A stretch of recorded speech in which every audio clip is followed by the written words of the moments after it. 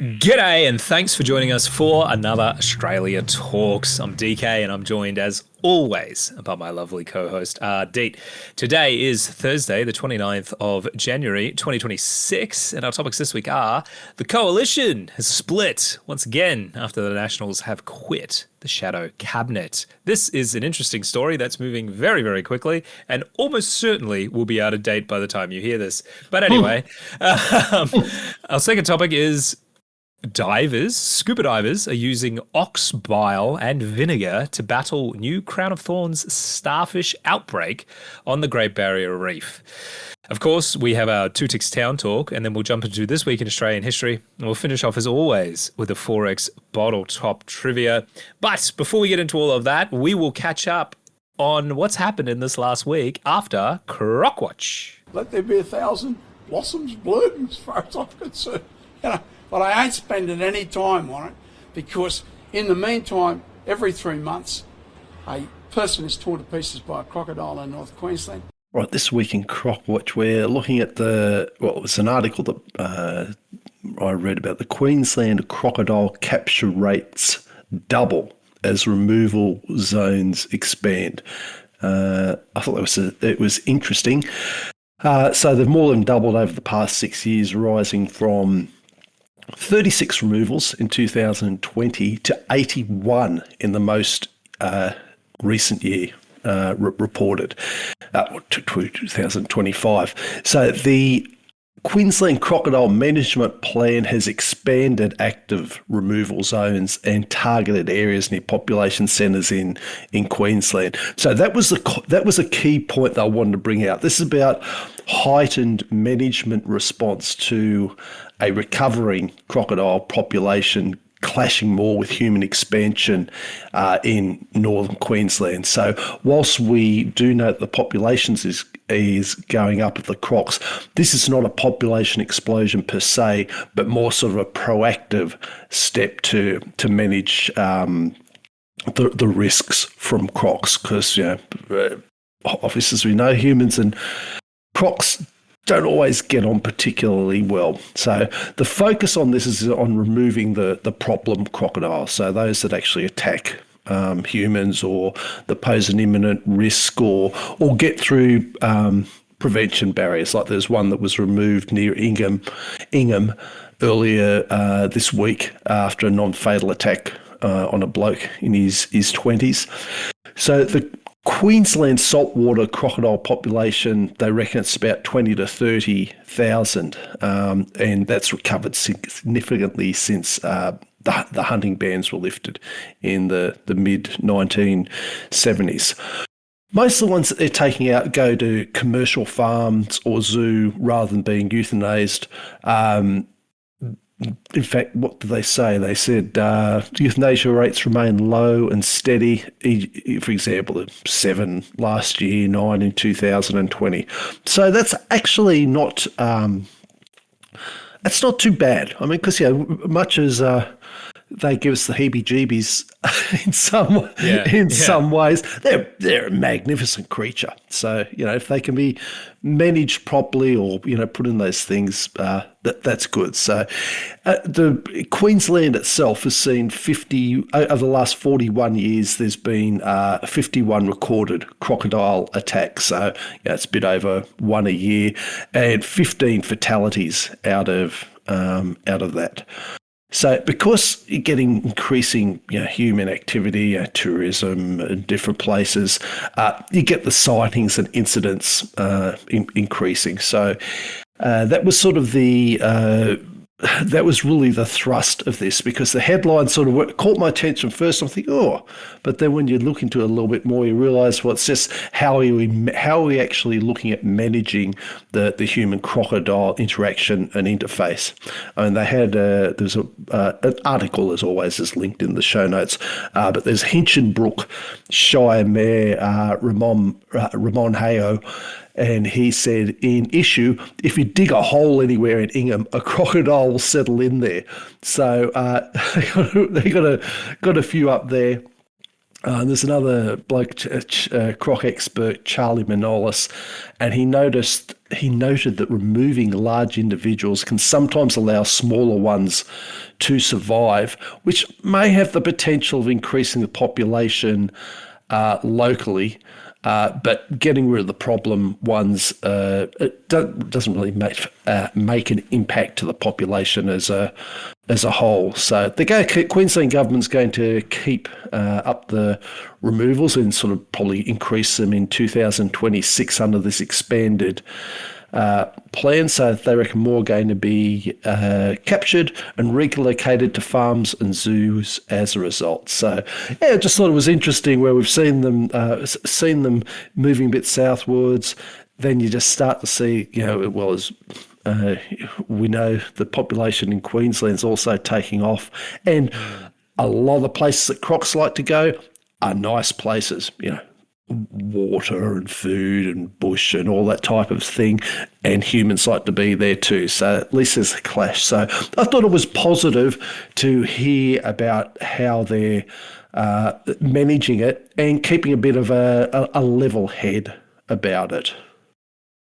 Yeah, I think that's the way you sort of got to manage it, really, isn't it? You know, at the end of the day, the animals live here too, and you got to find that balance of letting people also, at the end of the day, I'm pro-human, as you are as well. Yeah. So it's like, look, you got to find that balance, and I guess we don't always get it right, and that can be really hard to strike sometimes as well. And at the end of the day, there's always going to be instances of attacks and unfortunately probably fatalities as well when people do the wrong thing or they're not educated and stuff like that. So, but at the end of the day, that is also the risk of living in an area which has these sort of creatures living in it as well, right? Yeah. We all know that as Australia is infamously known for all of its weird and wonderful creatures. Sometimes things go wrong, and that's part of the joy of living here, is living with them as well. So that's really interesting though. Croc Watch.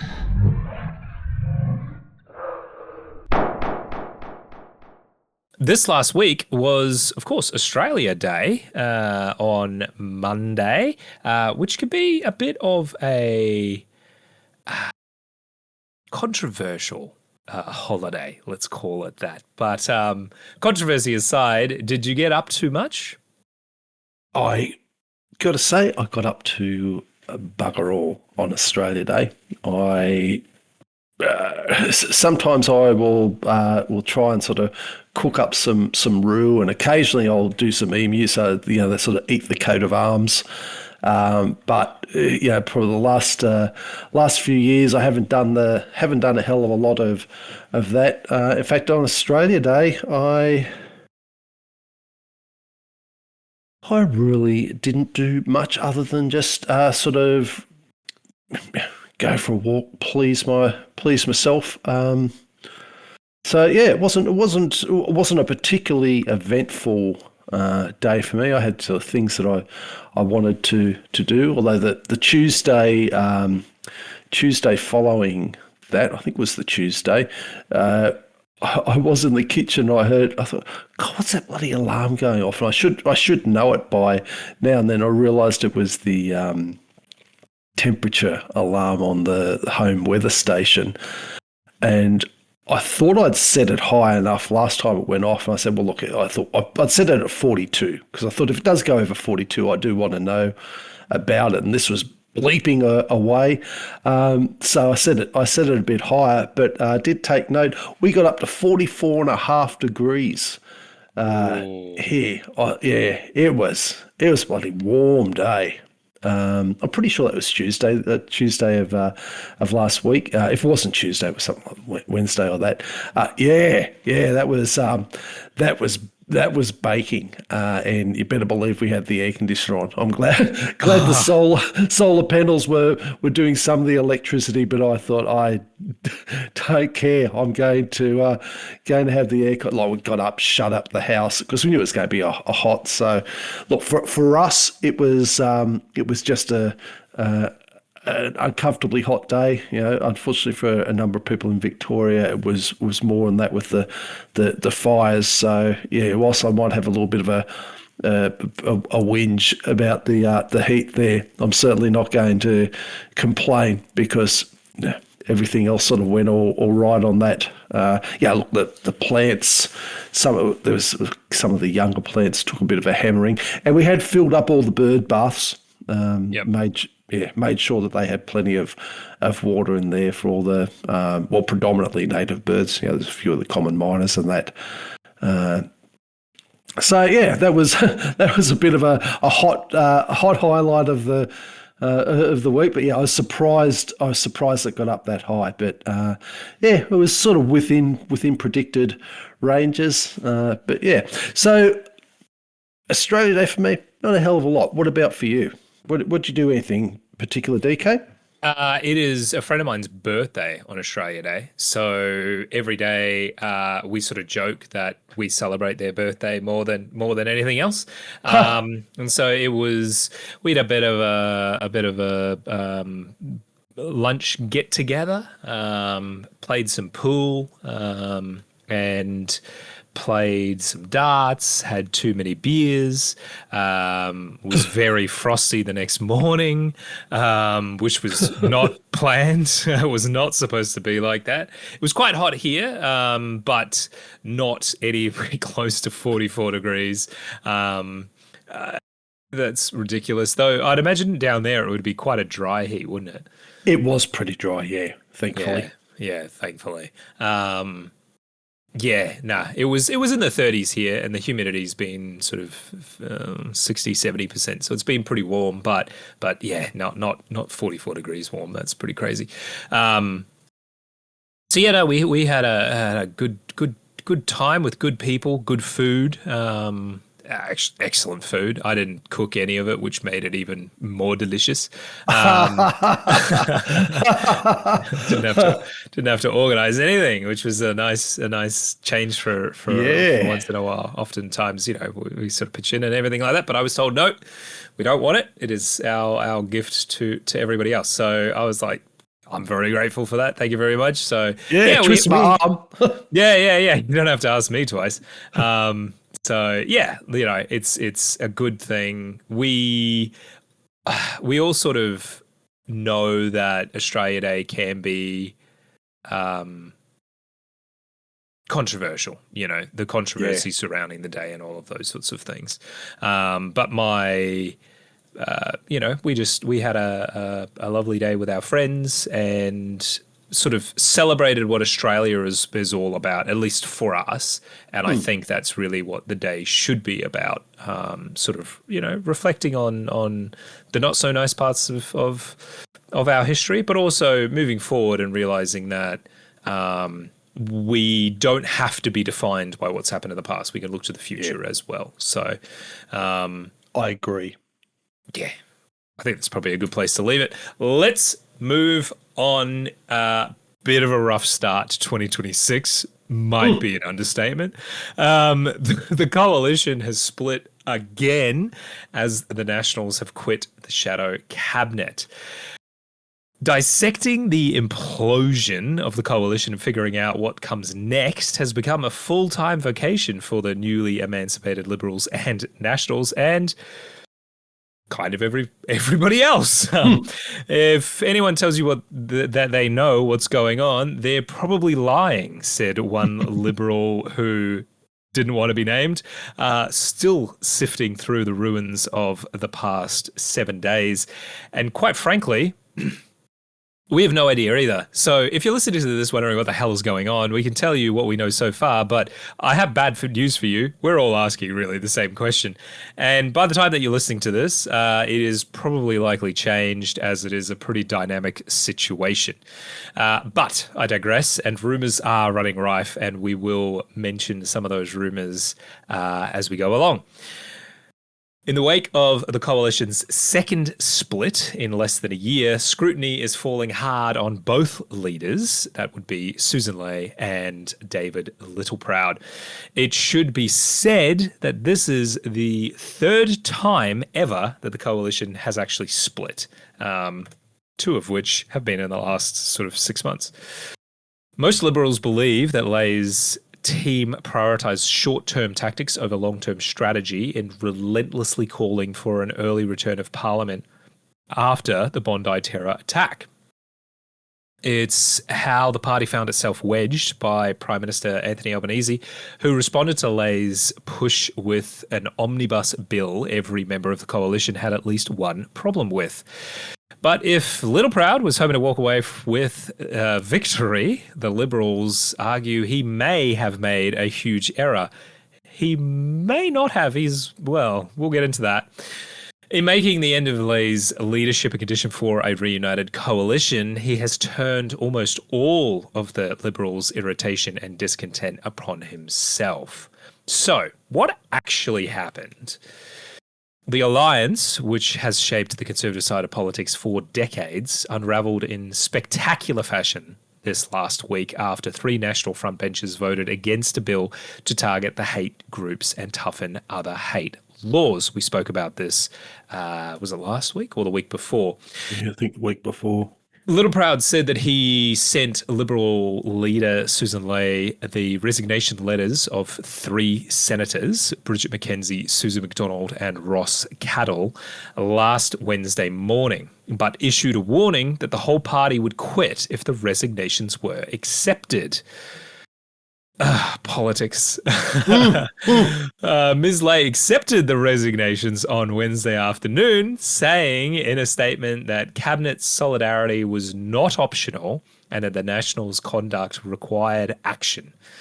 In a further statement on Wednesday night, she said that she had urged Mr. Littleproud not to walk away from the coalition and that it was unnecessary for the other 5 national frontbenchers to resign. He insisted that there was no malice towards Mrs. Ley, but suggested that the position would not change while she remained leader, contrasting their relationship with what he said had been more constructive relationship than former Liberal leader Peter Dutton. The Nationals and Liberals have voted separately before, most notably in 2008 when the Labor government put forward a bill to deregulate the wheat market. Then National leader Warren Truss and Liberal leader Brendan Nelson had formally agreed to disagree and walked into the lower house together to make their opposing speeches. This time, though, was very different. Some Nationals had hoped that Ley would reconsider the hate laws as exceptional circumstances due to the rush of the bill, but there was little chance that they would be granted the leniency not afforded to people like Andrew Hastie, who had forcibly opposed the bill in the initial opposed the initial hate speech bill, or Liberal moderates who were inclined to support the gun reforms.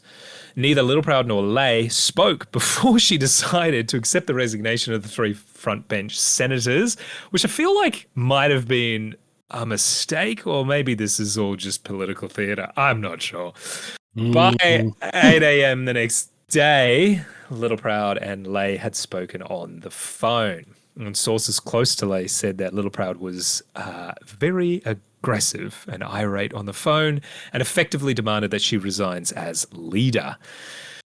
Half an hour after they spoke, Littleproud held a press conference in Brisbane where he confirmed the Nationals were leaving the coalition for the 2nd time in less than a year and only the 3rd time in all of history. He says, quote, "We cannot be a part of the shadow ministry under Susan Ley," end quote. I think that's very simply and very clearly put. Among the Nationals, opinions range from despair as a long road back to the coalition to confidence that a new Liberal leader would be mere weeks away from patching everything up and everything will go back to normal. With a new leader is possibly in the works. Just before sitting down to record, there have been rumours flying rife that Andrew Hastie or Angus Taylor will push out Susan Ley and restore the coalition. I think it's too early to say as of right now, but this is a bit of a mess. I think this is partly why a lot of voters are turning off the coalition today. I think they're displeased with the trials and tribulations, let's put them as of right now. And we have seen a lot of polls recently where voters are being pushed into like basically right-wing voters, conservative voters are being pushed to One Nation because I think they see One Nation as a bit of a stable platform right now, even if it is untested. But what do you think about this? Do you think this is the right call from Little Proud and the Nationals? Is this smart politics, a bit of a stab in the back, or is this a good way to replace what some would call an unpopular leader to the Liberal Party? A few questions there. I mean, it does come over the opposition eating itself, but part of that is because the legacy media is just lapping this up. It's either denial or Schadenfreude. But whatever it is, there's clicks flying everywhere on this. And look, in terms of the sport of politics, it is very interesting. The bottom line is you're talking about who's running the country, leading it, as I'm doing air quotes on that one. But getting back to your questions, personally, I agree with the national senators crossing the floor. I've never been a fan of the party line voting, the cabinet solidarity. I do understand it as a tactic, a strategy, a political way to win, and if you can control that, you're controlling a party, and therefore you're controlling a whole block of votes. And to me, personally, that's completely at odds with why I elect people. I don't, and look, I know, I suppose I'm different in some ways, but I don't think I'm that different to a whole lot of people. I might have biases towards and against different parties, but for me, when I go to vote, I think, who's putting their hat into the ring that's actually going to who's putting their hat into the ring, and what are they representing? And I become a little bit agnostic with the parties. I mean, obviously, because of my views, it sort of tends to keep moving in a similar direction. But there's plenty of times that I've just looked at someone and thinking, God, wouldn't have even considered voting for that party before, but they've just got such a solid policy on this particular thing. It might have been, like I know in the past I've given the Greens my vote. And, I'm not a big fan of the Greens at all, but they have been good on things like war and surveillance in particular. So there's been times where they've had representatives. I thought, he or she gets my vote because that's what's important to me. To then find out that I would do that with somebody and they have to go against that because of the cabinet or the party solidarity has always irked me. I always think, well, Howard, I wasn't voting for the mob controlling you. I'm voting for you to do your job. So I'm a big fan. In this instance, those three national senators, Bridget McKenzie, Susan McDonald and Ross Cadell, crossing the floor to oppose the bill on hate speech, which I agreed with them crossing the floor on that. Even if I didn't, I would agree with that with a principle. The impact, it's look, it is the game of politics there. Who knows how it's going to come out in the wash? I mean, personally, from what I see, reading between the lines, ever since Lay's been in there seems to be these. She doesn't seem to have been openly supported beyond of course we support our leader. There doesn't seem to have been a lot of love for her. Yeah, no, I agree. Yeah. Yeah, and look, I don't know why. I don't know a lot about the person.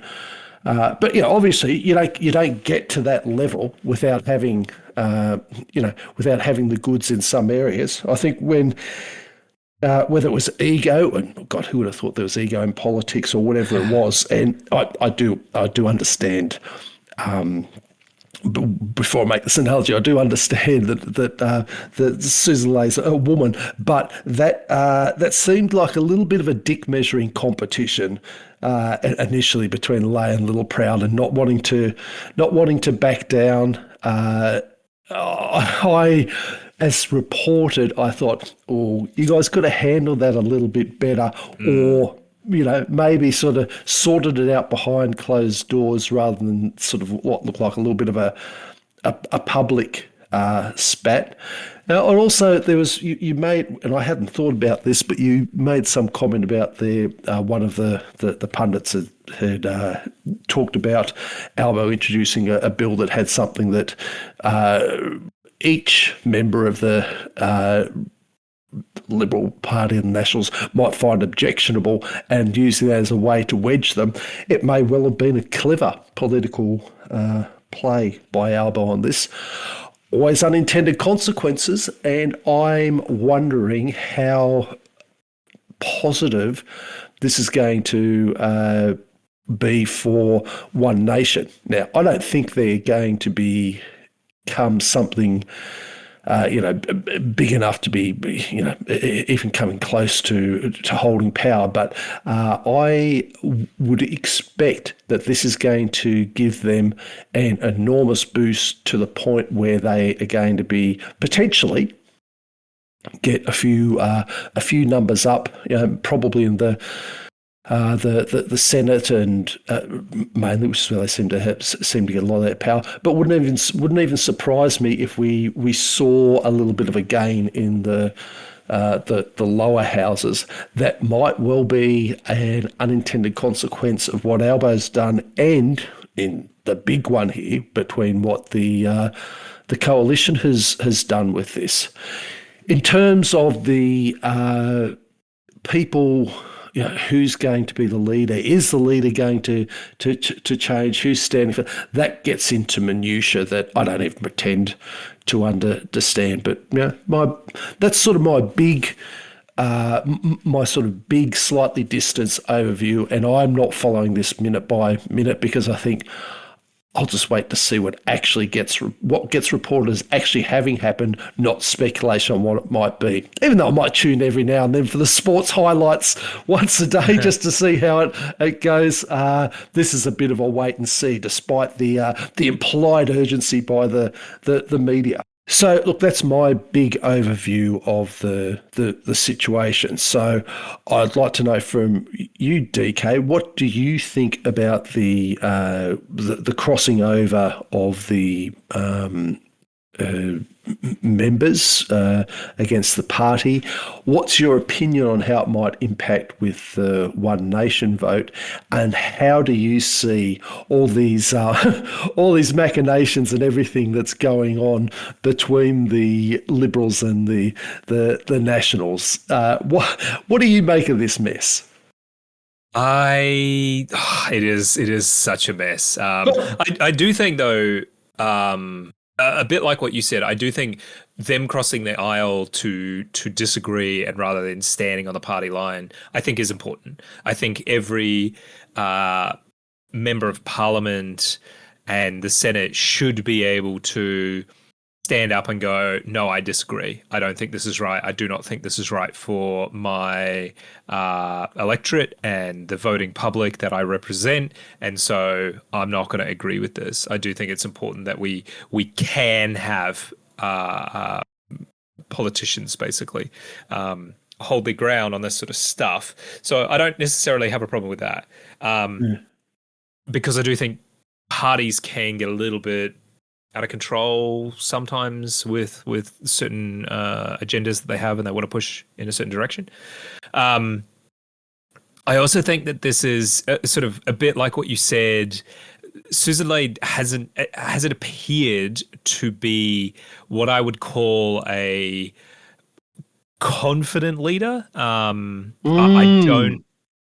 don't think she really has the backing of the party, and I think Little Proud has really muddied the waters from the beginning with the initial split of the coalition, and then sort of coming back together, and then this now happening again.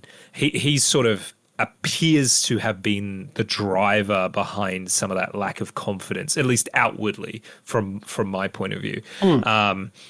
Again, I'm not a huge LNP internal politics hawk or anything like that. I can't really say that I'm sitting here watching every comment and every move and all of those sorts of things. So I could be reading that wrong, but at least that is my layman's interpretation of what's going on. Is You're this Susan going? Layman? Yeah. Sorry. Is this going to backfire on him? I don't know. I think it really easily could. I think it's interesting the way you said about Anthony Albanese potentially wedging the coalition on this issue. I don't know if this is, and I guess we'll never really know if this was his intention, but it's certainly playing into his benefit, I guess. In saying that, though, these new bills that have been rushed through Parliament haven't been what I would call popular. Yeah. In the voting public. So in a way, it's kind of, if his grand strategy is to use this to wedge the coalition, it may backfire spectacularly in his face because of the legislation that he pushed through, and as a result, he may lose the next election. I do think this instability is pushing voters towards One Nation. I don't think it's the only issue, but I do think it is part of that. I'm sort of with you. I don't think One Nation will be popular enough to, say, form government or anything like that. Stranger things have happened. Yeah, I'd be putting good money on it not happening, but I wouldn't be putting the house on it. Yeah, but 100%, right? Like, stranger things have definitely happened, and politics can go in so many different directions. The zeitgeist of the day is very, very hard to put your finger on. But I do think it's also important to caveat these recent polls with, it's not an election year. I think this is more of a case of people are unhappy with the current major parties as opposed to genuine support for One Nation. Yeah. I think this will be something that One Nation could definitely capitalize on and build a stronger base and come back. I wouldn't be surprised if they are stronger in the next election as a result of it. But I think the numbers that we're seeing, like 20% swing towards One Nation and stuff like that, I do think are kind of more something that the voting public is angry with the current major parties about this legislation and other issues like immigration and things like that, as opposed to genuine One Nation support. So I think that's going to be really interesting in the next election to see how that works out. But if I was to put my money on what's going to happen moving forward, rumors are flying absolutely crazy right now about a leadership spill and all of this. But if I was a betting man and I had to put money on it, I would bet that in the next 2 weeks, Andrew Hastie will be the leader of the Liberal Party. You heard it here first, and Wow. if this happens in the next 48 hours before the podcast goes live out to all of you, then look, I called it before it happened. That is my feeling of what's going to happen. I don't know how that's going to look. There was a conversation just before we started, sort of breaking news just before we started recording, that apparently former Prime Minister Tony Abbott has stepped in and is urging the members to basically oust Susan Lee. I don't know if that's true. This was literally like breaking news as we started recording, so I have no idea if there's any credence to that or not. As far as I know, he hasn't come out publicly and said anything. So again, it's just more speculation and more rumors at this point. But it really wouldn't surprise me. I really don't feel like the party has been behind Susan since the beginning. Really, I think she was just the less worse candidate at the time. That's how it kind of feels. Is that fair? No, not really. But now they can say that they've had a female, a liberal leader, even if she did only last a couple of months. So, well, she's not out yet, but she's not looking great. She's not out yet, but her track record's not real good right now. I would say probably one of the worst leaders in recent memory, but not of her own fault. I think she's been handed a really tough situation post election loss with Peter Dutton stepping away, and then I do think David Littleproud has kind of done her a bit of a dirty in that fashion as well, where breaking the coalition and then coming back together and da-da-da-da. I think it's all just been really messy, and I don't think she's led it particularly strongly. And she's sort of just been handed a really bad hand of cards. That's and a poison chalice with 2 S's. Very much so. 2 S's. And as a result, but at the end of the day, you got to play the cards that you dealt. That's how the life works. And I wouldn't say that I feel like she's played them particularly well. I don't think she's played them particularly badly either. But, wouldn't surprise me would surprise me if she is still the Liberal leader in, say, a fortnight's time. If she's still there, I will be surprised. Wouldn't surprise me if she gets the biff in the next week. If it's going to happen, I feel like it's going to happen pretty soon. And then we'll see the coalition probably very quickly come back together and come out swinging pretty hard, I feel.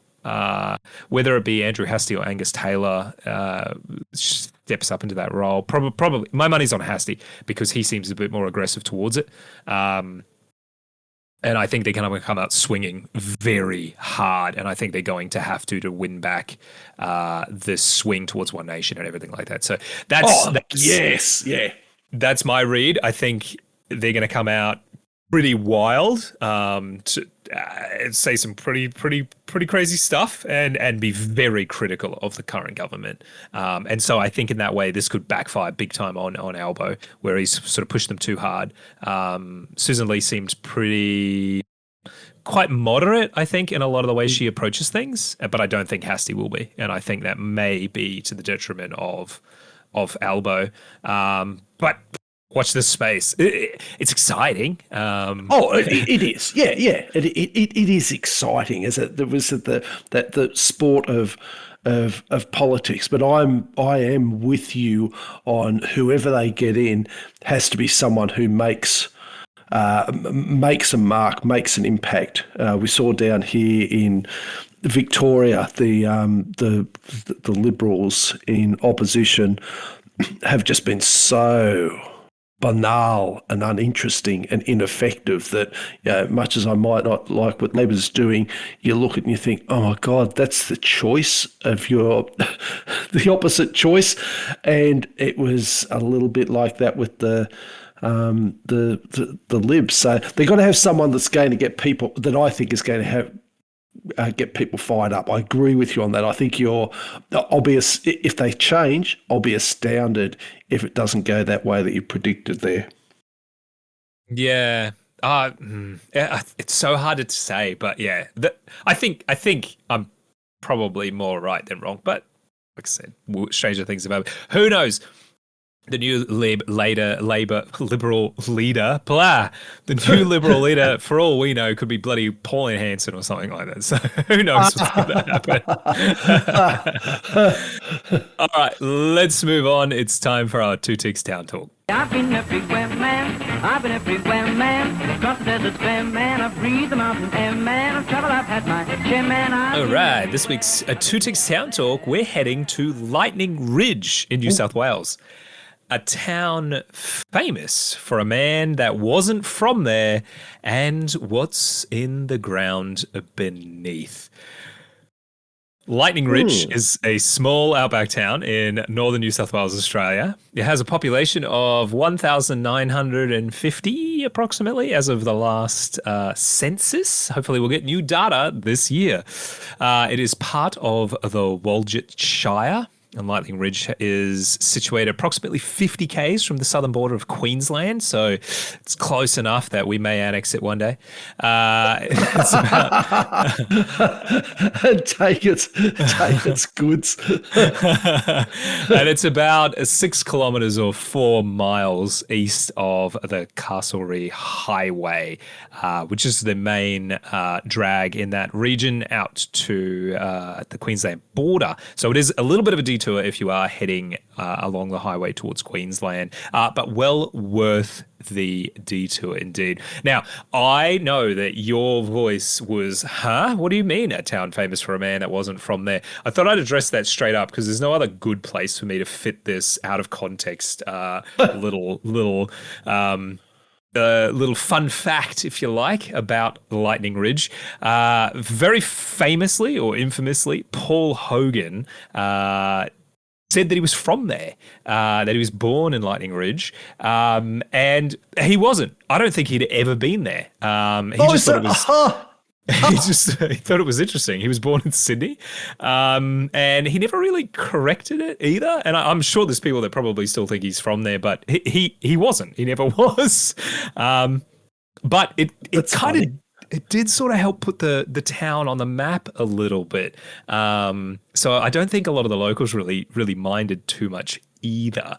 And Paul Hogan, when he was asked why he did it, he said it made him sound more interesting that he was from out there. So, which I agree, it definitely did, rather than just another bloke from Sydney. So, all right.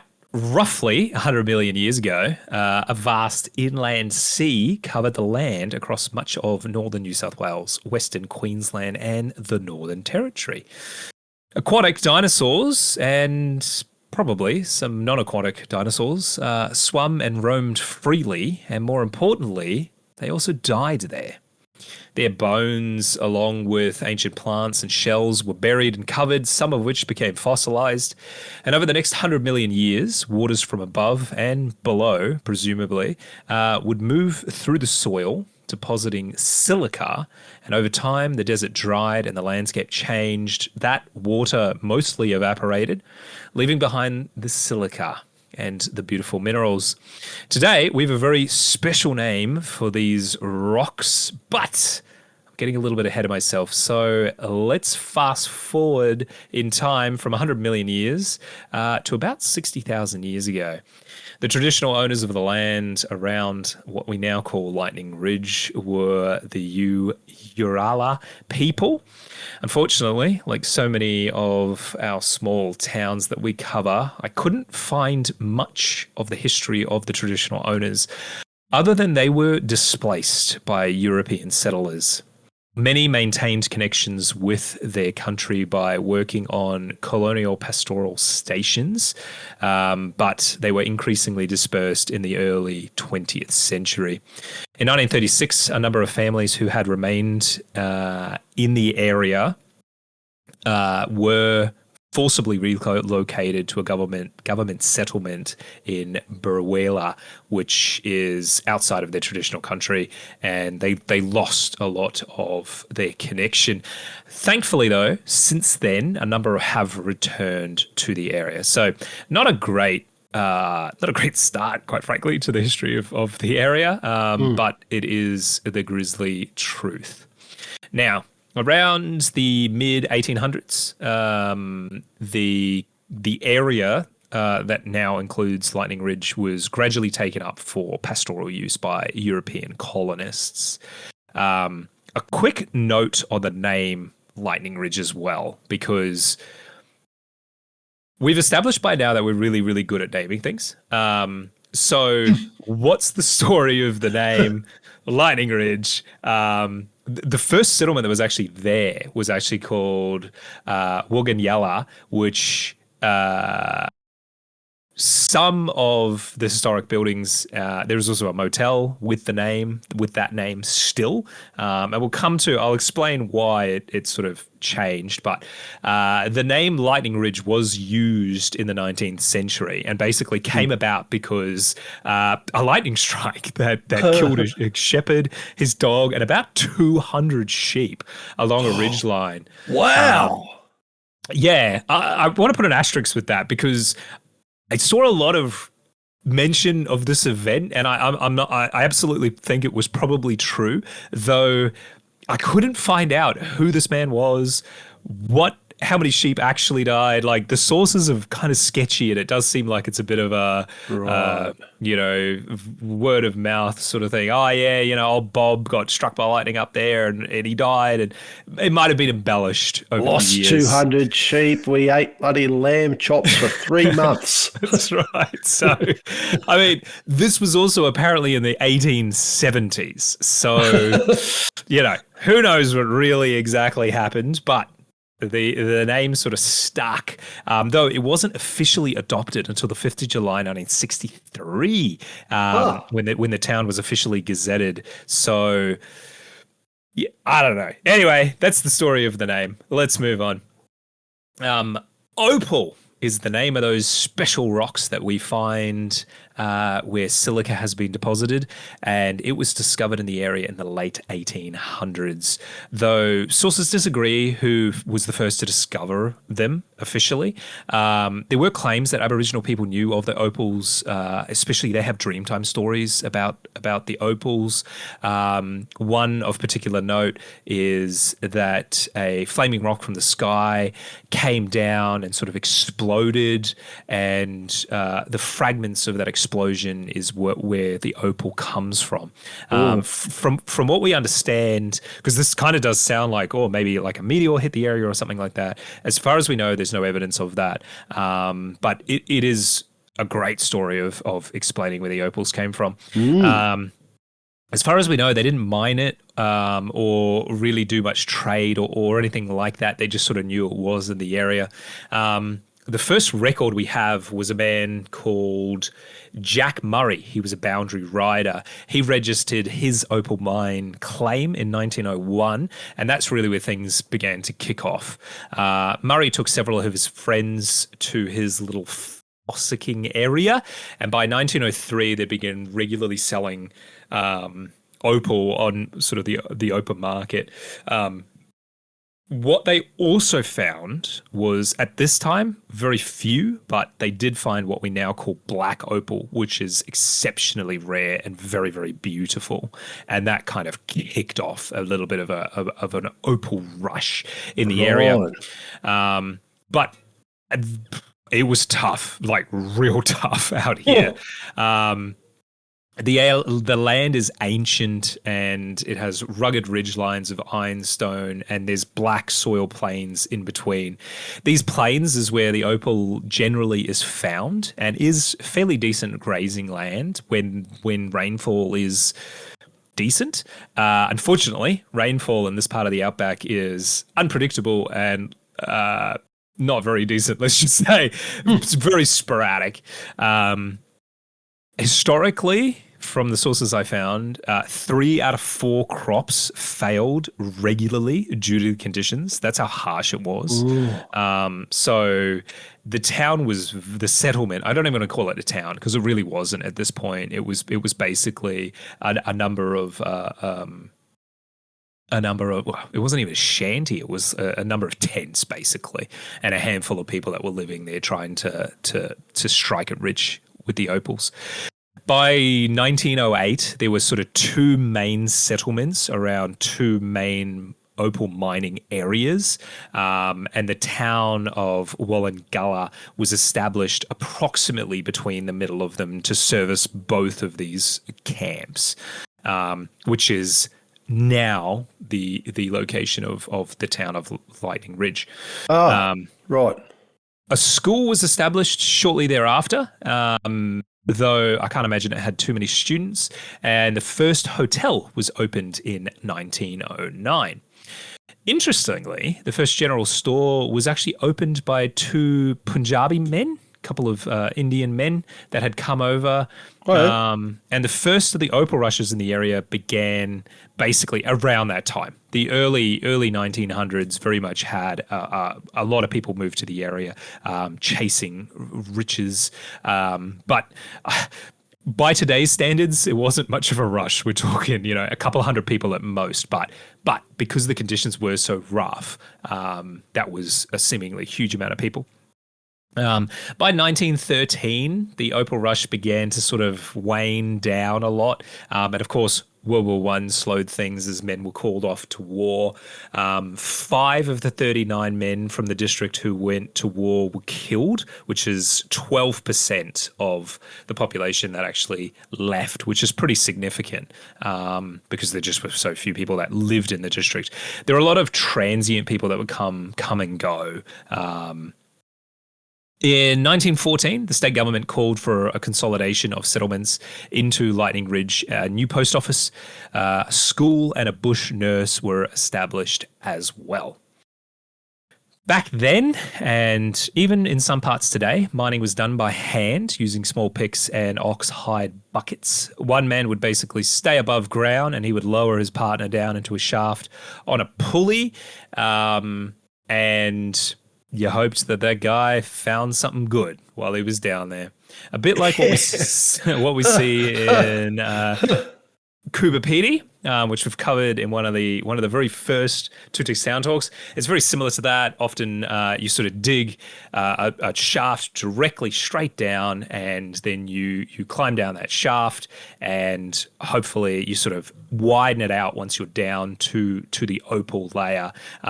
There are different shafts today and different ways to mine, but we'll come back to some of that modern stuff in a little bit. Some lived quite primitively and had everything transportable. This is your classic sort of swag man, where he just carries everything on his back. Makeshift and sort of ephemeral. He sort of comes and goes, looking to strike it rich. And miners came from everywhere, both domestically and internationally. People were really hoping to strike it rich. Some did and lost it. Others invested wisely and prospered. But more often than not, miners managed to just make a living. But independence, fresh air, digging, and the thrill of the chase really kept people coming back. And the community was multicultural from the start. Gold seekers would come to Australia chasing the gold rushes, and then they would hear about opal. And so they would start chasing the opal as well. There were records of Americans, Germans, Indians, Chinese, English, Scots, and Irishmen, and many more nationalities in the area in the turn of the 20th century, which I feel like today that would be not unexpected, but back, in the early 1900s, that feels like not something that you would expect. But all newcomers basically endured the hard life and shared the promise of great wealth. Though prospectors were adventurers and largely independent, but as with all get-rich-quick schemes and dreams, disappointment and hardship were great equalizers. And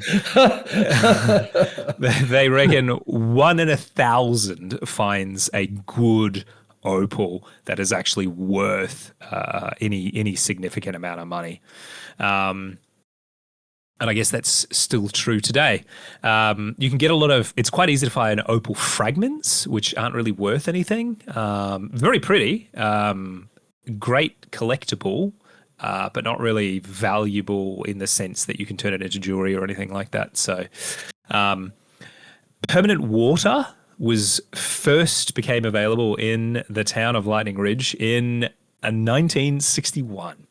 Wow, that's a long time. It's a long time. Bloody hell. And it was only when a syndicate of graziers came together to fund a bore that would tap into the Great Artesian Basin. Of course. Friend of the show. The Great Artesian Basin covers roughly 22% of Australia and allowed towns like Lightning Ridge to not just survive, but begin to thrive. Electricity came in 1963, and by the end of the 1960s, the miners had formed a miners' association, and they'd taken some black opal to Japan. And this really started to kick off the beginnings of an international market for opal. In the late 1960s, an ambulance service opened and a permanent doctor took up residence in the 1980s. The 1980s and the 90s were 1980s, bloody hell. 1980s. Didn't have a permanent doctor until the 1980s. It's crazy. The Royal Flying Doctor Service was absolutely critical to the ability for people to get help out in a town like this. Probably because of the doctor, the 1980s and 90s were another boom. Not really. It really wasn't the doctor. It was just Opal just boomed in the 80s and 90s, and it's continued today. And that really kicked off a bit of a renaissance for the area. And it opened up a lot of tourism as well, particularly people coming to try their luck, basically, and do a bit of tourist fossicking, and of course, enjoy the local country in the area as well. In 2008, the black opal, which is the rarest of gemstones, was named the New South Wales State Gem. And today there is a thriving tourist industry and, of course, opals in the ground out there. So, remember at the very beginning of the segment, I explained that there were dinosaurs in the region 100 million years ago? Yep, haven't forgotten. Very good. So what's pretty crazy is some of these dinosaurs were fossilized in the surrounding rock, which isn't the crazy part. What is crazy is that some of those dinosaurs ended up becoming opalized as well. So, yes. I had heard of that. Okay, but now you've given me some context, yeah? Yeah. So Fighting Ridge has dinosaur fossils, which is cool in of itself, but it also has opal dinosaur bones available for public viewing. And I'm going to send you a couple because there's a bunch of them. Some are not that impressive, but this first one is probably one of the coolest one I've seen. Okay. Now, these are from some of the links that we'll be putting in the show notes, or these are separate ones? Yes. So these okay, are... so the mates of the podcast are going to have a bit of a gander at these as well. Yes. So absolutely going to like, as always, be sure to check the show notes because I've included tons of links to various resources. One, to plan your trip out here because it is quite a far away, but I think it's well worth the trip. It is accessible if you are coming to Sydney on an international trip or something like that. It's accessible in a way that, yeah, you have to plan it, but it's worth doing if you have the time. But if you don't, and you do want to see what some of these opalized fossils and just what the opals look like themselves, I've included there's actually an incredible ABC News article that goes into a lot of detail about the dinosaur fossils and the opals and how it all works and stuff as well, because it's pretty friggin' cool to see opalized dinosaur fossils. So what are your thoughts on, I've sent you three. One's like a... I haven't actually received... Oh, sorry. I've sent them to the wrong person. That person is going to go, hang on, why are you sending me this one? That's funny. Oh, wow. Very funny. Ooh, I like that. So the one that I first went wow at is, I don't even know what dinosaur it is, but it's obviously a dinosaur head, and it's like one of those science fiction characters, you know, when the villain, something's gone horribly wrong with their face and they've put like a metal or a covering over part of it, and it's like you've just got the fossilized bone, but then this big continuation of the form of the skull, but in fossil, in opal. Yes. Wow. The last one I can't make out. Is that a fossilized dinosaur poo or something? I think it's maybe? Like a pine cone, I think. Oh. I'm not 100% sure, but we've got a number of teeth that are basically completely opalized. The opal has completely replaced the bone essentially. So it's an opal tooth basically, and there's a lot of these. They found a lot of teeth, opalized teeth, which for some reason seem to opalize really, really well. There is an entire opalized dinosaur, but it's not as impressive as the ones that I've sent you. That first one's a real, well, like the other two are interesting, the tooth and the pine cone, but that first one with the skull and seeing that that's a winner. Yeah. If you are I'd love interested, to see that. if you are listening and you just want to see it without clicking any links or anything like that, if you just go to Google Images and type in dinosaur opal, it will be one of the first that comes up. If you want to be more specific, if you type in Lightning Ridge dinosaur opal, you'll see that picture of the skull. It looks kind of like vaguely like a crocodile skull, with this huge opal in the middle, which is just quite frankly incredible.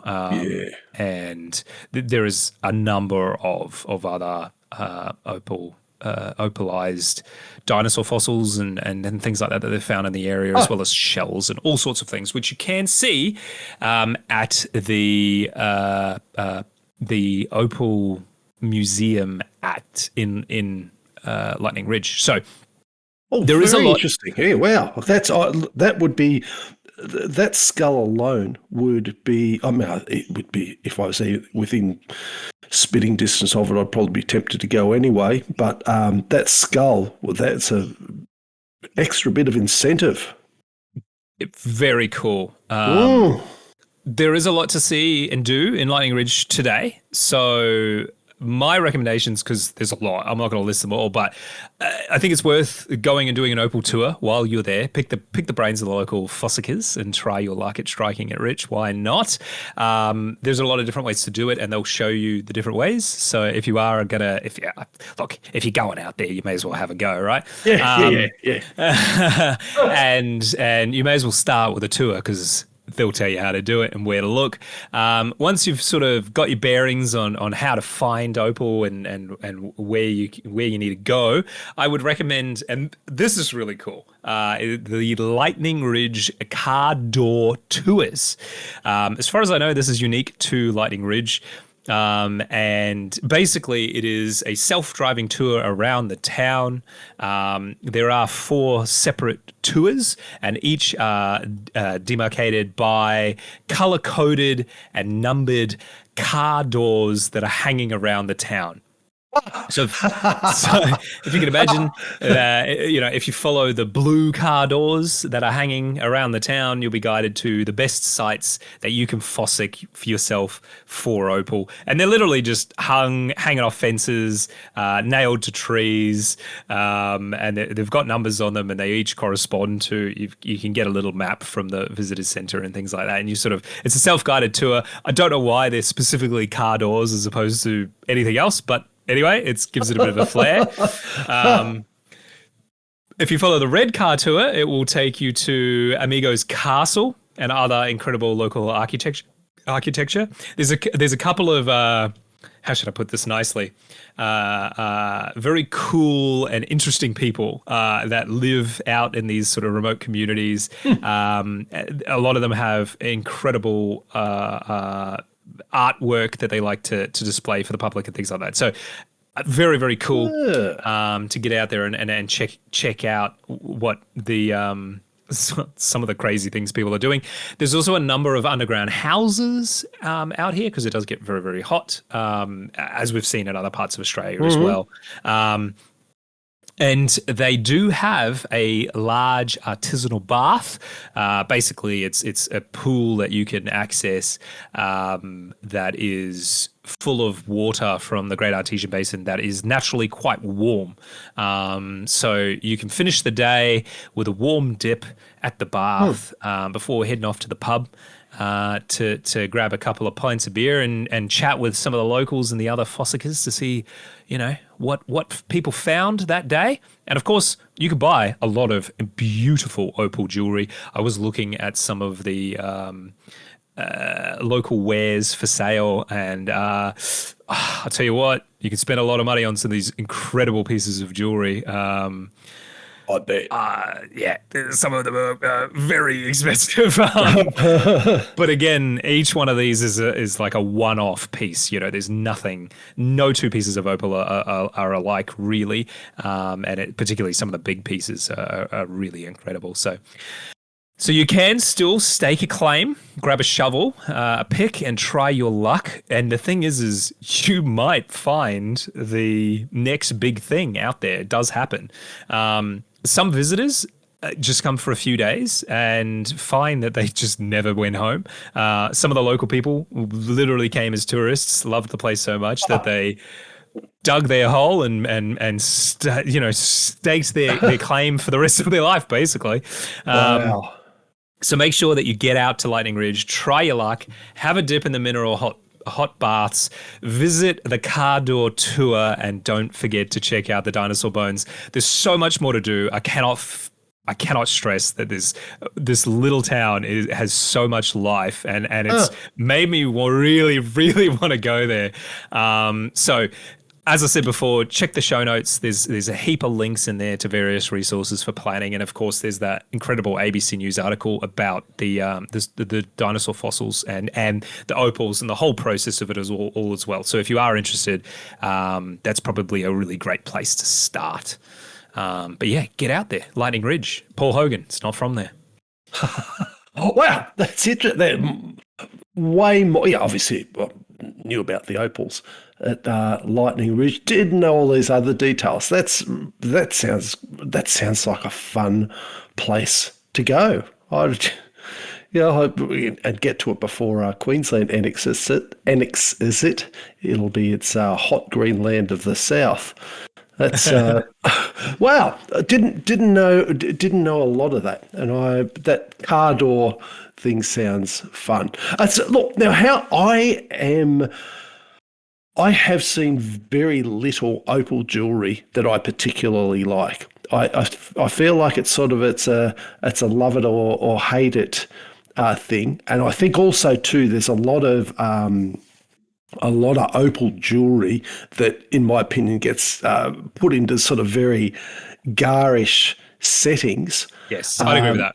So yeah, there's a lot of stuff, because they do that whatever they call it, triplets, which is basically a thin sliver, if I'm getting the terminology correctly, basically a thin sliver of opal, but then it's on top of a plastic mount, and then tends to get coupled with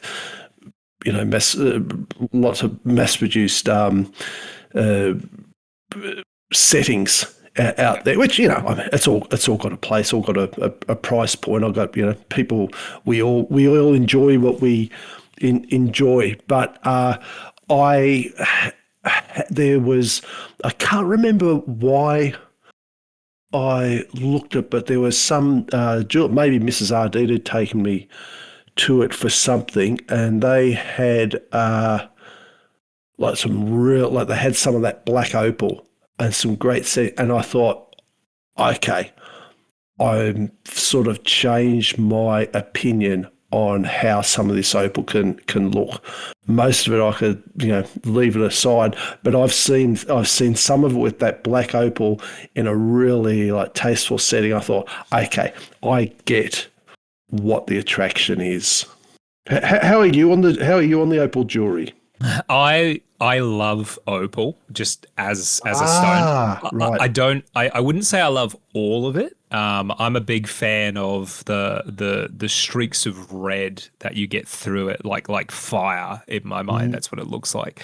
Like you've captured a flame and put it into a stone, and which is rarer to get the red color. A lot of opal is sort of blue and green, which I think is still beautiful, but I don't know that I would buy that as jewelry as opposed to other stones. But the black opal with the red it just looks magnificent to me. I do think a lot of it can be a bit what's the word? It's hard because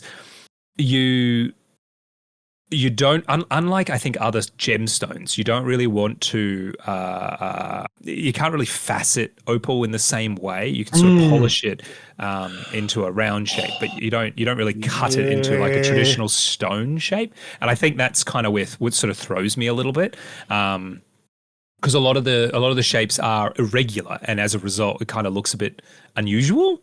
But if it's done well, I think it could look magnificent. Unfortunately, there's a lot that I don't like the style of because they're kind of like quirky shapes, and I'm like, it's not really like what I like. But if it's done well, a friend of mine actually fossicked some opals in his youth, and quite a large piece that he recently just had made into a pendant for his fiance, and it looks absolutely incredible. And it's quite a dark opal, and when it catches the light, it looks absolutely phenomenal. It's actually kind of, I like to call it a bit of a sleeper, because you probably wouldn't notice straight away that it was as beautiful opal as it was. It's not as radiant as other opals, but when it catches the light in the right way, it looks absolutely magnificent. So I'm a big fan of opal, but I think, not all of it is my taste, but a lot of it is. So if I went out to Lightning Ridge, I think I would probably come home with some sort of opal. I'm not sure what, but yeah, I'd probably come home with something. So I was definitely tempted to. There was some really, really tasteful earrings that I know my daughter would love, but they were like $5,500, and I was like, no, I'm not. I'm not paying, especially for a 7-year-old. So yeah, no, sorry. I love you, but not that much.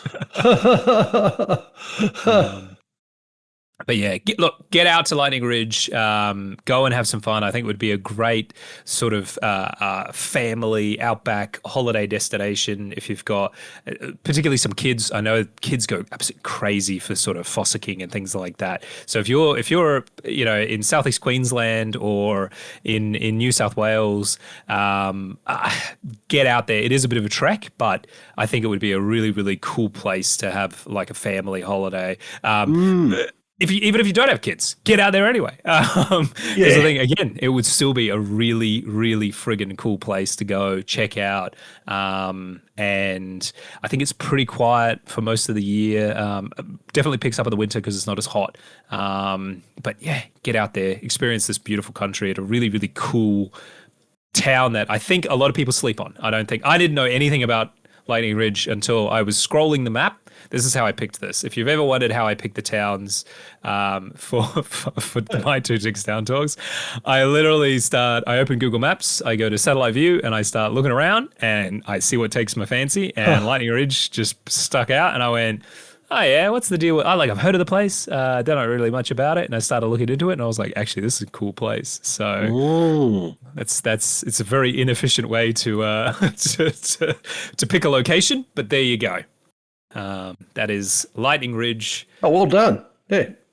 For this week's 2 Town Talk. All right, let's move on. It is the worst crown of thorns starfish outbreak in decades emerging on the Great Barrier Reef. But we have a secret weapon. It's the 5th outbreak of the native yet destructive crown of thorns starfish that's emerged on the northern end of the Great Barrier Reef, and scientists are rushing to contain it. Warning, it could be one of the worst in 60 years. The Great Barrier Reef Marine Park Authority said that the outbreak was emerging between Cairns and Lizard Island, a 240-kilometre stretch of high coral diversity and tourism activity. There have been 4 documented crown of thorns outbreaks on the Great Barrier Reef since the 1960s, the most recent of which began in 2010 and is still going on. So I feel like we should probably draw a line somewhere and say, start it again, because an outbreak that's lasted 26 or 16 years feels like, Anyway, according to studies, there are cyclic outbreaks that occur roughly every 17 years, making the current outbreak slightly ahead of time. The Great Barrier Reef Marine Park Authority Chief Scientist Roger Beeden said it was a major concern because while the fourth wave is still being suppressed, a fifth wave is now emerging in the same northern area. He said, quote, "We're beginning to see a build-up in adult crown of thorns starfish, and we need to get on top of it as fast as we possibly can," end quote. Yep. Under the Crown of Thorns control program, 6 dedicated vessels work across priority reefs, but Dr. Beeden said that operations would need to be doubled at least to keep up with the emerging outbreak. The busy researchers are part of the federally funded Crown of Thorns control program, which is operated by the Great Barrier Reef Marine Park Authority and is scheduled to run till 2030 at the annual cost of $20 million. But the authority says that it needs a dozen more boats to stop the eruption. The first known outbreak of the starfish was recorded in the early 1960s, with further flare-ups seen in the 70s, early 90s, and then beginning again in 2010. The cause of the new outbreak isn't entirely known, but nutrient-rich land runoff from cyclones and floods and the removal of predators are believed to be contributing factors.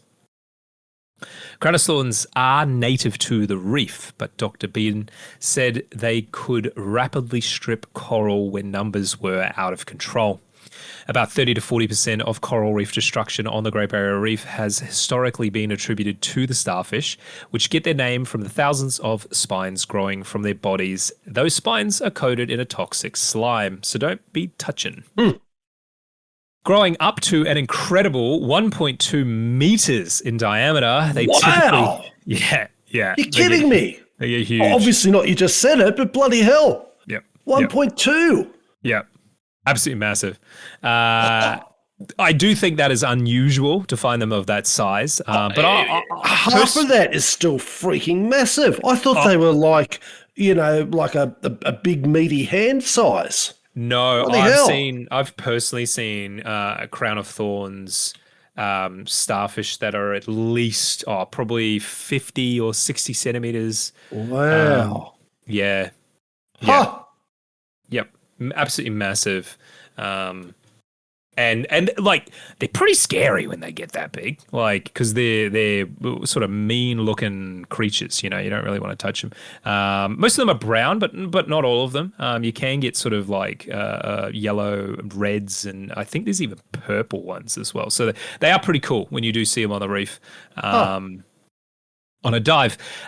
But they typically eat their way through fast-growing coral species, which do allow slower varieties to thrive, slower-growing varieties, I should say. So, they're not all completely destructive monsters, but each starfish eats roughly a dinner plate's or about its body size worth of coral each day. So, they're chomping away out there. And during a large outbreak, they can completely destroy entire reefs. And of course, the threat is not just environmental. UNESCO's monitoring outbreaks in the tourism hotspots as part of its evaluation of the reef's World Heritage status and whether it must be labelled in danger, which is a good.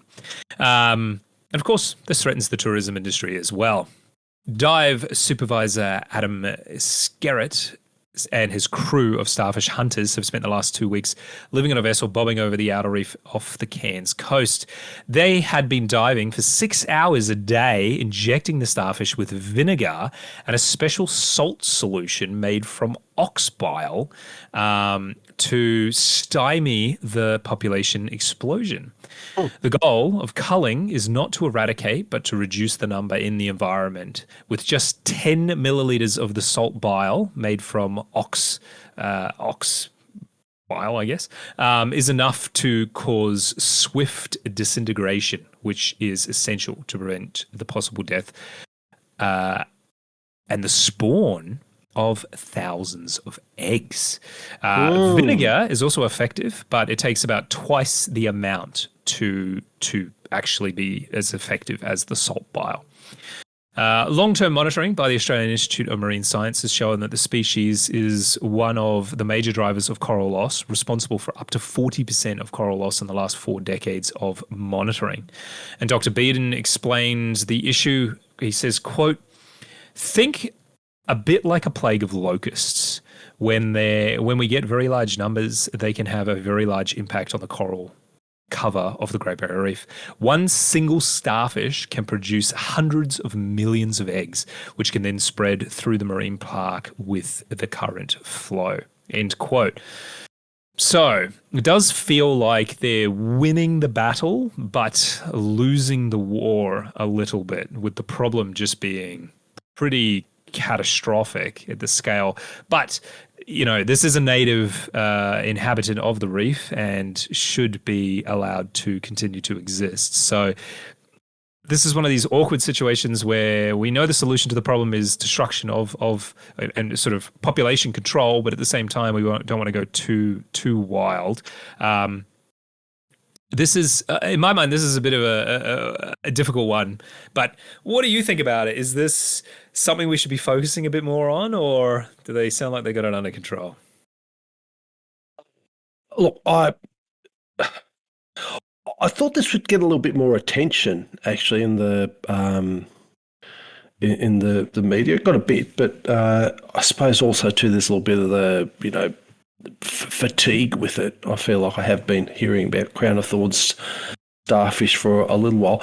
But in answer to your question, I think there is enough incentive on tourism industry alone to try and keep the numbers down. It's aside from all the stuff with UNESCO and that, and saying endangered and not wanting to have that sort of badge of shame or anything on there. Just looking at it from a purely filthy capitalist point of view.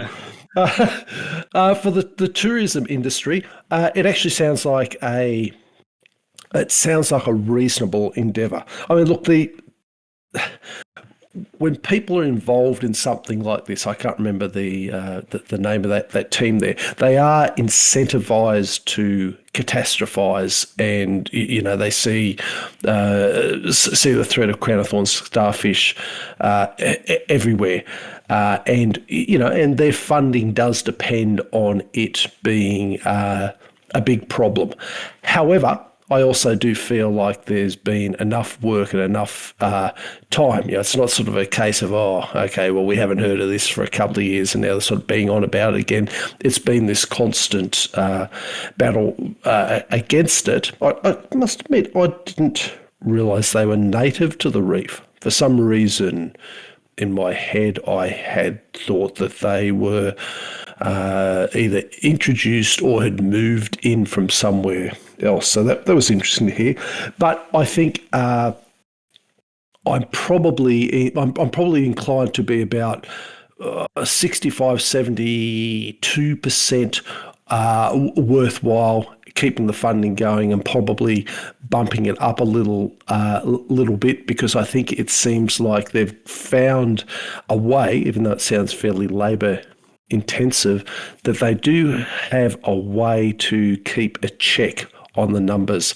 And if you can keep that check on the numbers, I mean, from what you described, and you gathered from my reaction when you told me the size, they, in controlled numbers, are going to be enough of an attraction themselves. But if you can sort of have the best of both worlds, have these big spiny monsters as well as beautiful reefs to attract tourists, and who knows, maybe there's even a tourist opportunity in doing this controlling, doing the injection. There's plenty of people who know how to dive and go on diving holidays, and it could be something, well, come and dive with us, you'll see some beautiful reef, but at the same time, help us out with this, and you get sort of double bang for your buck. So yeah, I'm more inclined to keep this funded, treat it at face value that it does seem to be a problem, and I suppose that and analogies don't prove anything, but that analogy to the locust. I have seen footage in the past of large numbers of crown of thorns starfish and just sort of the devastation they leave behind. It's a good analogy, and it works for it works for me. So yeah, the fact that there's a tourist buck in it, that they seem to have a chemically inoffensive method of treating it.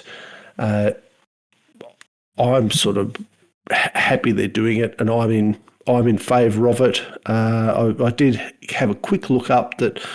Was it the giant Triton snail is its biggest predator? And I was trying to skim through this thing there, but part of it is that the Triton snail populations are often depleted due to over-collection for their shells. So yeah, I didn't know that.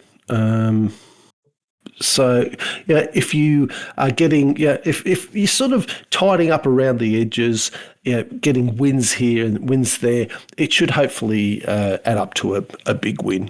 So, yeah, what about you? What do you think? I think this is one of these ones that deserves a bit more public attention. I do think you're right that there is a bit of like media fatigue about this because it's been going on for a really long time, but it doesn't mean that it doesn't deserve the attention that it should be getting. I would imagine these dive teams that go down there are probably, a lot of them are marine biologist students and things like that. They probably aren't paid to do what they do. Just getting out to the reef and actually having a vessel sit on station for sort of like 2-week stints is expensive, whether you're paying the people or not. So I do think there's an opportunity there, like you said, to open that up to, I wouldn't say like tourists per se, but more like trained volunteers to come and help.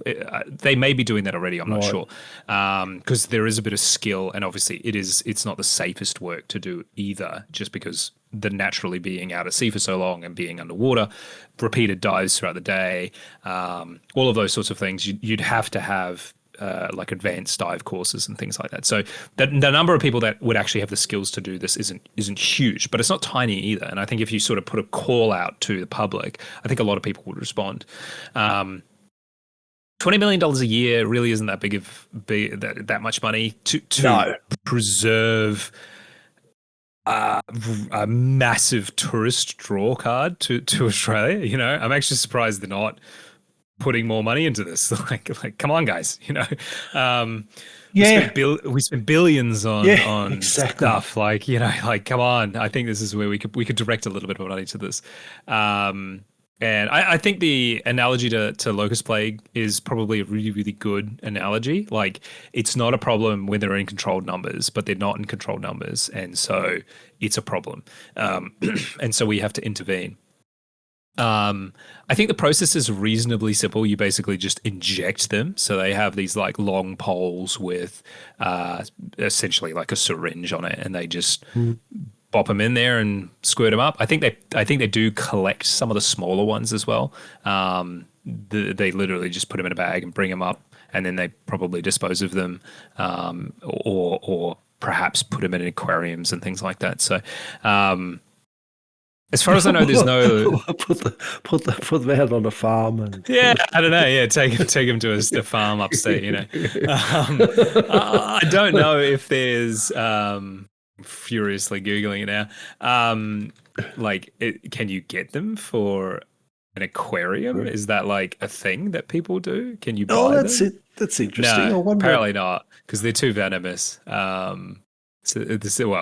Google says no, they're not suitable for home aquariums due to their destructive feeding habits, their large size, and their toxic spines, which does make sense. So I know which means that's got to be there's got to be some people out there that've got a freaking huge tank that, with all those things saying, no, you shouldn't have it, you can't have it, this is why, that people are going to be thinking, well, bugger that, and they're going to be looking at their large bloody crown of thorns starfish and dropping a little bit of coral in. Watch how mad Cedric goes when I drop in a little bit of fresh coral in here. So I think you're 100% right. I would imagine that like some rich dude has like a whole aquarium of them and is just like, I'm not allowed to have these, but I have them anyway. You know, there's always people like that, right?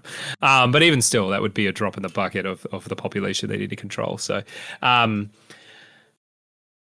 considering this clearly hasn't too drastically affected the tourist numbers, because I feel like if it did, there would be more cries to actually do more about this. So I'm glad, look, it's getting media attention, okay. and like we're talking about it. And if you want more information about it, there is information in the show notes.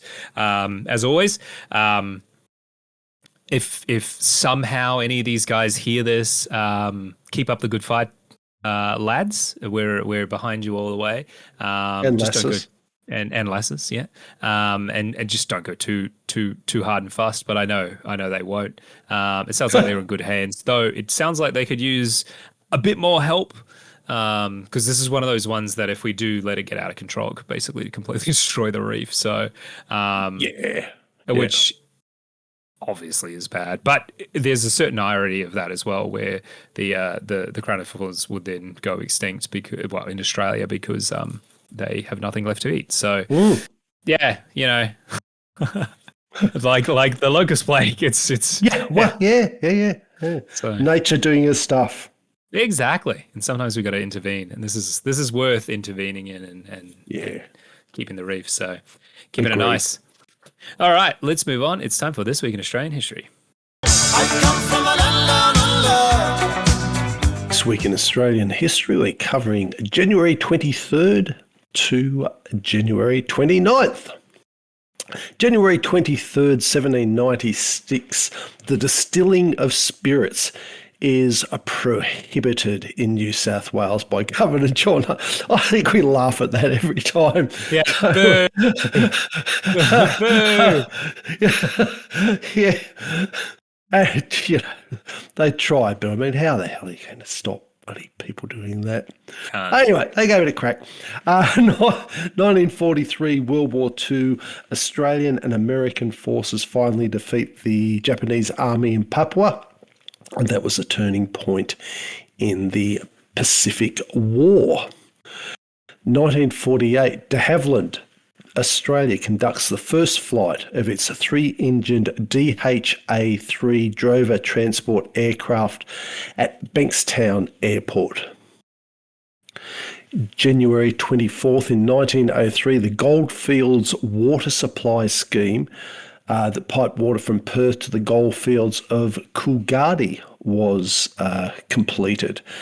So it was engineered by a bloke, C.Y. O'Connor, to address severe water shortages during the 1890s gold rush. And at the time, it was the world's longest freshwater pipeline. And it kept the mining operations going and the population growth. So that was a good infrastructure investment.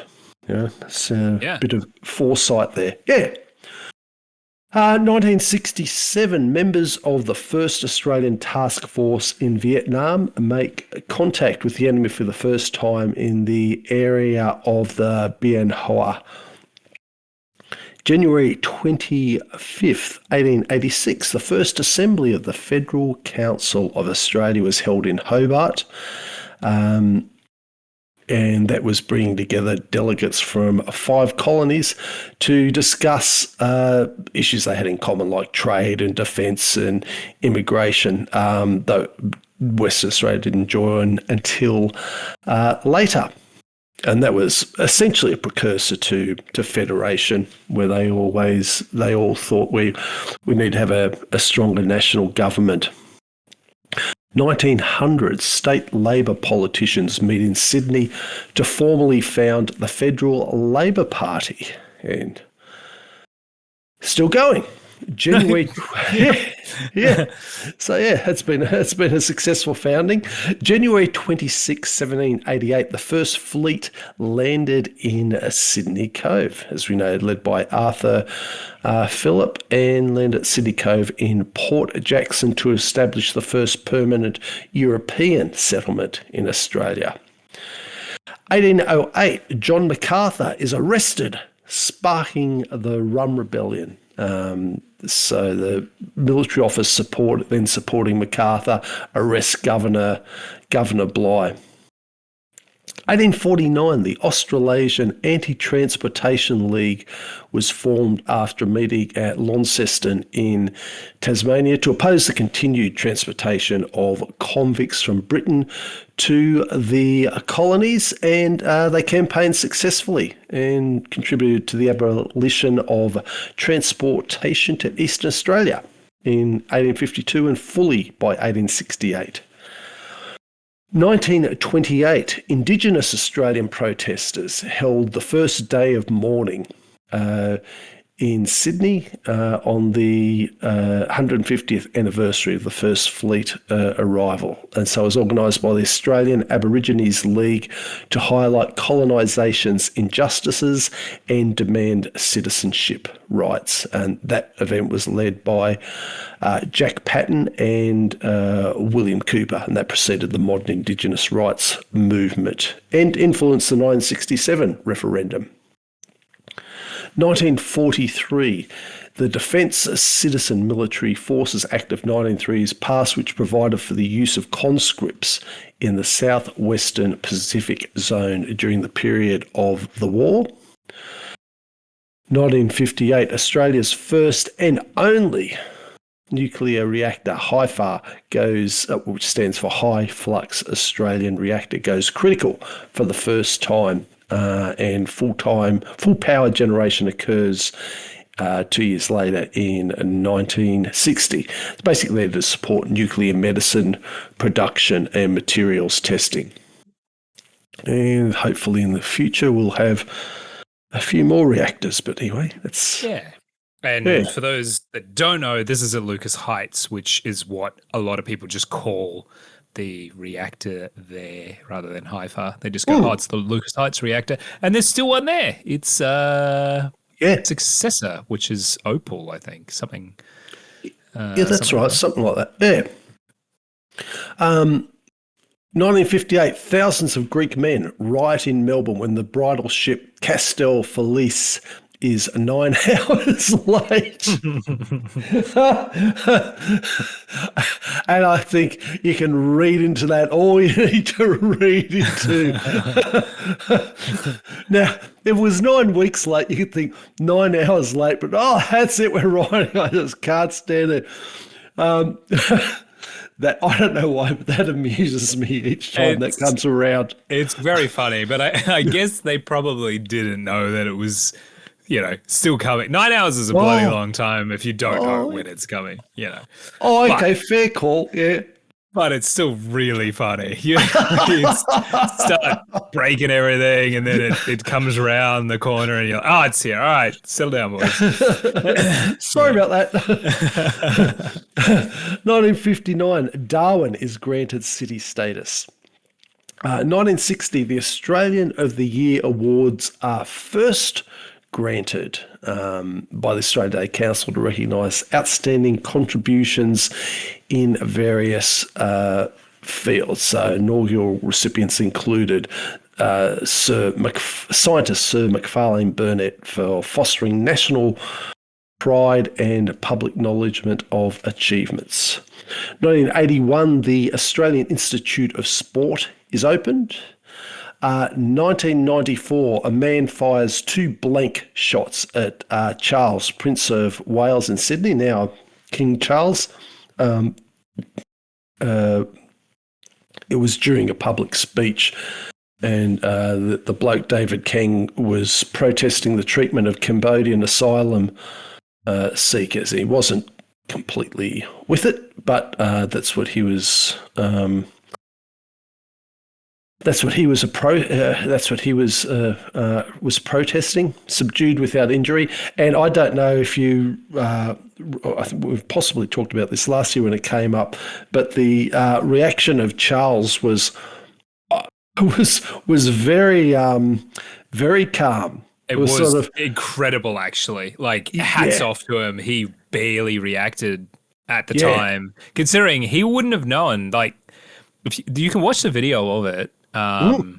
It is online. If you've not seen the event, I think it's worth watching. But no one knew that they were blanks, and famously, when people get shot initially because of the shock, they don't necessarily know that they have been shot. And Charles, absolute master, like, I don't know what even to describe it, like politician or just public speaker, just very calmly reacted in a way that very few people would, quite frankly, in his position. It's quite incredible, really. I think it's a combination of shock and just like extreme conditioning to be, public speaking and things like that. Pretty incredible, really. Yeah, I thought so too. January 27th in 1941, following the capture of Tobruk, 2 brigades of the 6th Australian Division under Major General Ivan Mackay pursue the Italians westward and encounters an Italian rear guard at Derna. January 28th, 1915, the Sinai and Palestine campaign begins during the Middle Eastern theatre of World War I. That was also involving the British Empire forces, along with the Australian troops defending the Suez Canal against the Ottoman attacks, and later advancing to Palestine. And this is where T.E. Lawrence of Arabia and all that sort of kicked off as well. Oh, yeah, right. Yeah. Yep. 1991, Royal Australian Navy clearance diving team departed Perth for Kuwait to support coalition efforts in the First Gulf War, and they specialised in mine clearance and explosive ordnance disposal in waterways and oil facilities. So that was aiming to secure maritime routes after Iraq's invasion. January 29th. It's a dud date. In fact, I thought, hang on, I missed something in my notes here. Why haven't I got it? And then I looked up my list of dud dates. Sure enough, there's January 29th. I thought, no, I'm going to see if there's anything to salvage. And so of course, this is the one that leads in the quiz. I like to have at least some positive things in there. Got online. I think I used Perplexity for this one. And said, what's a significant Australian historical thing that's reasonably feel good happened on this? Came up with bugger all. No. And I thought, no, okay. Sorry, you go down on the list for another year as a dud date, January 29th. But what isn't a dud date on these sweltering summer days is cracking an icy cold and answering quiz questions. All right, this is almost it's like a vegetarian quiz segment because all of the questions are on Australian plants. Oh, this could go really badly. Well, yeah, it's a mixed bag. I'll give you that, DK. So, question 1. This prostrate creeper bursts into vivid red and black beak-like flowers after rain in the arid outback, looking almost alien with its pea family blooms that can form stunning carpets across desert. It's one of Australia's most instantly recognisable wildflowers, despite growing in harsh, dry spots. What's it called? There's only one that comes to mind, and this may be completely wrong, but is it a desert rose? Oh, God, it was completely wrong. Do you know what? Now that I think about it, I don't even know if that's a native plant to Australia. Actually, I don't actually think. I don't think it is actually a native plant to Australia. You did get the desert part right. Do you know what it is? It's because I'm looking straight at one. I have one that a friend gave to me. Yeah, I have a desert rose that a friend gave to me about, probably 6 or 7 years ago. He grew a bunch of them, and because they're very slow growing and they're quite difficult to cultivate, and he managed to grow a bunch of them from seed, and he gave me one. I've kept it, and it's quite large now, and it's beautiful, and I'm looking straight at it going, it's got to be that. And then I was like, it's in the garden? No, it's in a pot. Oh, wow. Which I don't know. I'm actually scared to plant it in the garden because I think it might get too much water. I'm not really sure. Right. Well, it's happy where it is, obviously. Yeah, and also that's the other thing. I sort of don't. I just want to leave it where it is, and yeah, it's going well. So I'm looking right at it, and I was like, "Is that it?" No, but I don't think desert rose is actually native to Australia. I don't know the answer to that. Trying to think of what else. Yeah. No, sorry. Back to give me the description. Yeah. So it's a vivid red and black, and with its pea family blooms, it was named after an explorer. Is it desert pea or something like that? Yes, that's it. Sturt's desert pea. Yeah. Swainsona formosa. Oh, yes. Yes. Yeah. What is it? Sturt's desert pea. Yes. Yeah. I've heard of this. Yes. Yeah. And the bit in the center, which is called the boss, it's actually a swollen standard petal for people who like those details, which I do. It's interesting what nature does. She's an interesting being. Question 2, and there's 3 questions, because I thought they were all interesting. So this massive Australian native lily shoots up a flower spike that can reach up to 6 meters tall. That's just shy of 20 feet, so taller than a two-story house, with brilliant red blooms at the top like a flaming torch. And it's found only in the Sydney Basin region, and its name comes from an indigenous Dharawal word that's a mob round there. What's this giant called? I have no idea. I bet you do when you hear the name. It's something lily. No idea. Fire lily? I don't know. I got no idea. Yeah, Gymea lily. No. Gymea. Does that ring a bell at all? No. Oh, you haven't? No. I bet you've seen it. I'm gonna Google. I was just going to say, have a quick Google of it. Look up Gymea lily. Oh yeah, I've seen it. Exactly. Doranthus excelsa. Yeah, it's pretty cool actually. Oh, sorry, Dorianthus excelsa. And very distinct. It's one of the. It's one of those ones that are up in Sydney, and they're blooming. I always enjoy seeing them. I think they're a spectacular plant. I'm not sure that I would have realized. Here. Yeah, I don't think I would have realized that they were a type of lily though, just because they're sort of like not at all. Yeah, they don't look like a lily, but if you look at them individually, because so for the listeners, it's like a big stalk, like a lily, but it's like a clump rather than like an individual flower. I think that's what sort of throws me. But I never knew what these called. I used to see them all the time.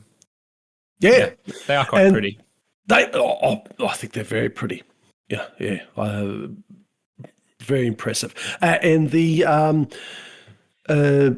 Aboriginal people from that area used to roast the young stems and roots for food. And when the roots, that they roasted the roots and would sometimes also use them to make a type of cake or bread. So, interesting and feel useful. Like it would taste like worse asparagus, like the young stem.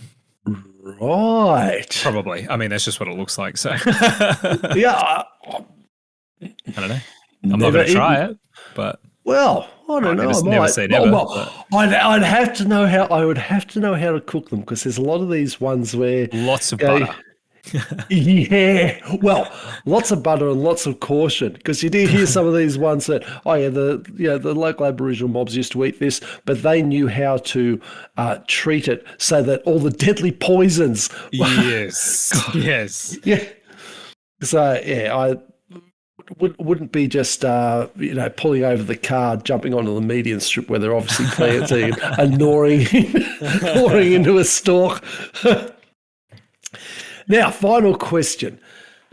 What What is the record-breaking title held by the Tasmanian plant Eucalyptus regnant, commonly called mountain ash or swamp gum? Gum. So what is it? What is its record-breaking title? Like what? It holds the record for blank. Yeah, so this isn't the answer, but, it holds the record for, toughest bark, longest life or something. So that's not the answers, but it's that sort of thing. Yeah. So you've eliminated a handful of them, of the potential answers. Geez, I don't know. Does it look like a regular gum tree? I don't know what this looks like. Yeah. It does. Does it have like a weird smell or something? No, it doesn't. Because I know there is a few eucalyptus that have a very pungent smell. And I thought perhaps that could be the case. Is it something to do with does it have an unusual fruit or something that grows on it? You're sort of in the ballpark, and if you put that in combination, so it's not the fruit, but it's related to that part of a plant, and it's also freaking tall. Is it to do with its ability to reproduce? Is it the No, it's to do with the quality of what it is. So it's the tallest of its kind in the world. The tallest. Mm. Oh, you've really thrown me now. Is it? Oh, it is tricky. I don't know if I would have got this either. So, yeah, I'm certain. Is it fast growing or something? No, it's not its claim to fame. No. I don't know. Put me out of my misery. Okay, Snuggle Pot and Cuddle Pie. Mm. So they're what they are. They're the flowers. It's the tallest flowering plant in the world. Okay. Yeah, because people often because the blossoms are often so high up in the gum trees, people forget that they're flowering plants. In fact, it's something like you can hear if the people who we ran into a beekeeper around here, and he will listen to hear how busy the bees are to know how good his honey production is potentially going to be by the bees he can hear up into the top of the trees, because they're up there in the canopies, and it's something that he's got me into the habit of trying to listen to. I'm not as finely tuned because I don't have hives for that, but oftentimes when it's sort of you're out there and it's sort of quiet and you think, oh, the blossoms must be out because I can hear the bees up in the canopy. So yeah. So, and the tallest living specimen at the moment they've got is one down in Tassie called Centurion, which is 96 meters high. Whoa. So, yeah, 314 heat. About about as tall as a 30-story building. That's massive. And when that flowers, you could probably have multiple hives of bees that just on the one tree. It's bloody enough. oath. That's incredible. Well, there you go. Yeah. That is incredible. Yeah, so there you go. Well, that was tricky. I don't know that much. Yeah, of course. It's been a while since I've been actually able to trick you. Yeah, I don't know that much about plants. There you go. That's my weak spot. So I like the trees. I just don't know. Yeah. The things about them. Anyway, thank you so much for joining us for another Australia Talks. If you have any feedback or suggestions for topics, please get in touch with us on our email at australiatalks@proton.me. We'd just be grateful if you could subscribe and give us an honest review, as this helps us out immensely. But the best thing you can do for us and the podcast is just to share it with a friend that you think might like it. Otherwise, join us next week for another episode of Australia Talks. Thanks for listening, and don't forget, tell your mum I love her. Thank you, DK. I'm going to go read a book about trees. Ha!